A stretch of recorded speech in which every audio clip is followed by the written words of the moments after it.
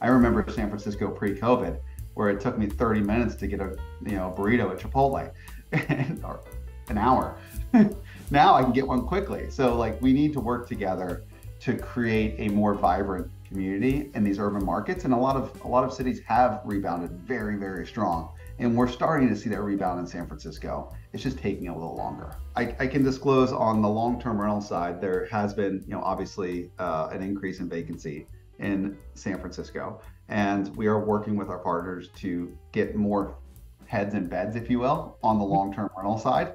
And I think it's actually been really well rolled out and we're starting to market it. And I do see people coming back to San Francisco that kind of, left during COVID. It's hard to, San Francisco is one of the greatest cities in the world and people want to be here. It's like New York really struggled during COVID. Now it's, it's a party in New York.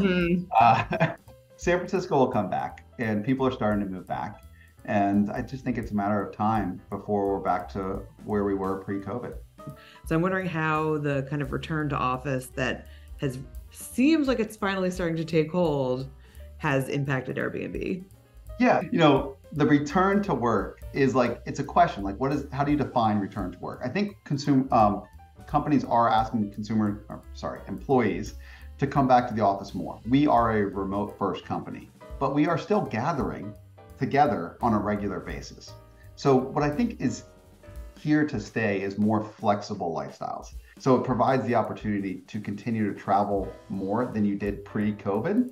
And I think that is a huge tailwind for Airbnb. How is it going to impact your real estate footprint?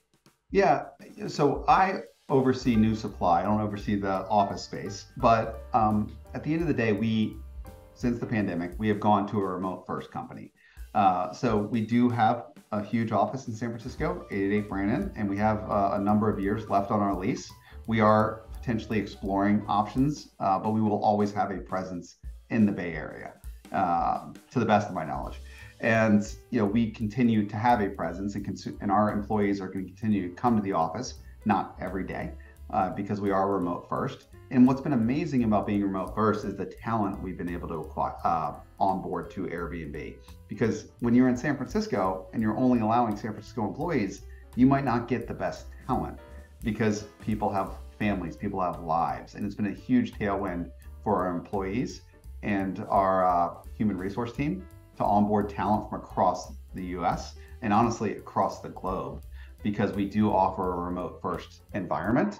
With that being said, there needs to be a balance, and nothing replaces that in-person collaboration and that in-person meeting. It just doesn't need to be 5 days a week anymore in our mind.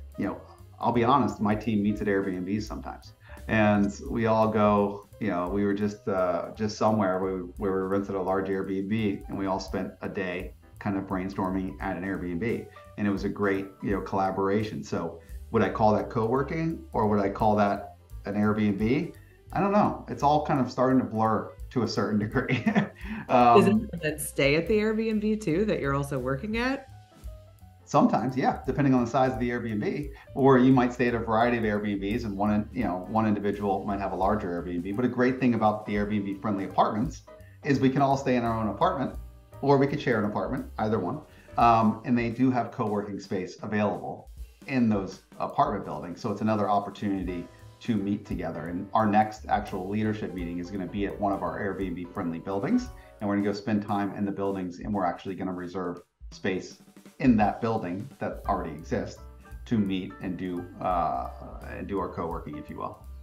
Is this something that you could see other companies doing as well? It's not like a huge vector at the company right now, but it's already organic. We're hearing it happen organically. It's like you can rent, why go stay in some, kind of boring location when you can all get together at a beautiful Airbnb in Park City, just making up a place because it's the middle of the country, and potentially do your co-working there. So we have seen that kind of grassroots demand pop up on Airbnb.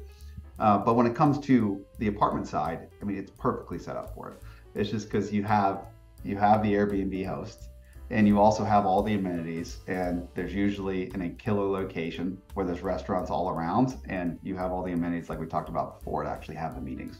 Where have things been going as far as demand, and where are they going in the future? I mean, I think Where we're really focused, we're focused on all locations, but we're really focused at Airbnb are growing international destinations right now. So from a demand and supply side, the awareness of Airbnb is very low internationally.